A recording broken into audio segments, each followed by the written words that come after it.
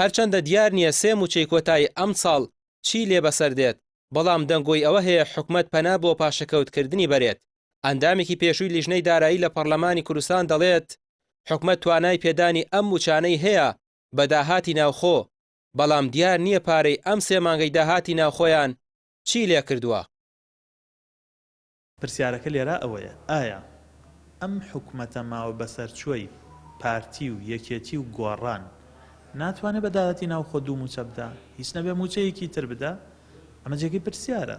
بەڕاستی نە حکومەت نە دەسەڵات نە لایەنەکانیان لەگەڵ خەڵکی کوردستان ڕازگۆنین، شەفافنین، بە خەڵکی کوردستان ناڵێن داهاتی ناوخۆمان چەنە کە ئێمە ئەزانین مانگانە داهاتی ناوخۆ نزیکەی 500 تا 600 میلیارد دینارە، تەنها 100 میلیاری بۆ فەرمانگەکان و خزمەتگوزاری بەکارێنن، ئەوی تری چی لێەکەن؟ سێ دانە مانگ موچە دابش نەکراوە لە ساڵی 2023 واتە ئەوان لە بەغداوە کە پارە ئەهات بە داهاتی ناوخۆ تەکمیلەیانە کرد موچەیەکیان پێئەدا. ئێستا سێ مانگ لە بەغداوە پارە نەهاتووە، سێ پشکی پارەی ناوخۆکەیان چی لێ کرد؟ خۆلانی کەم هەر ئەو سێ پشکە ئەتوانێت موچەیەکی پێ بدا. بۆ فەوتانی موچەی ئەم چەند مانگەی موچەخۆران حکومەتی ماوە بەسەرچووی هەرێم لە ئەستۆی ناگرێت، لە کاتێکدا ڕەنگە دۆخی ژیانی خەڵکی هێندەی دیکە خراپتر بێت.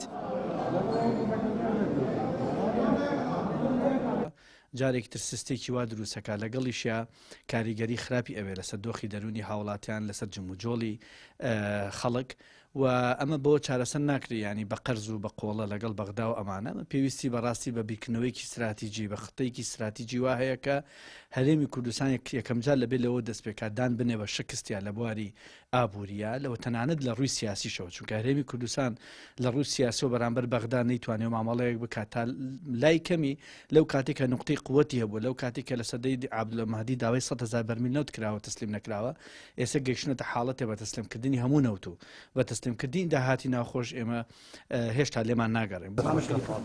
دەوترێت حیزبەکانی دەسەڵات بۆ بانگەشەی هەڵبژاردن چەندین میلیارد دیناریان خەرج کردووە. ئەم پارانە حیزب لەکوێ دەیهێنێت و بۆچی بۆ موچە پارە نییە دابش بکرێت؟ ئەوەش ئەوە دەگەێنێت دوو حیزبی پارتی وێکێتی پارە و داهاتی ناوخۆ بەکاردەهێنن بۆ بەرژەوەندیەکانی خۆیان و لە کاتی هەستیاردا پۆست و پلە و کورسیەکانیانی پێدەپارێزن. ڕامیار عوسمان، کەناڵی پێام، سلێمانی.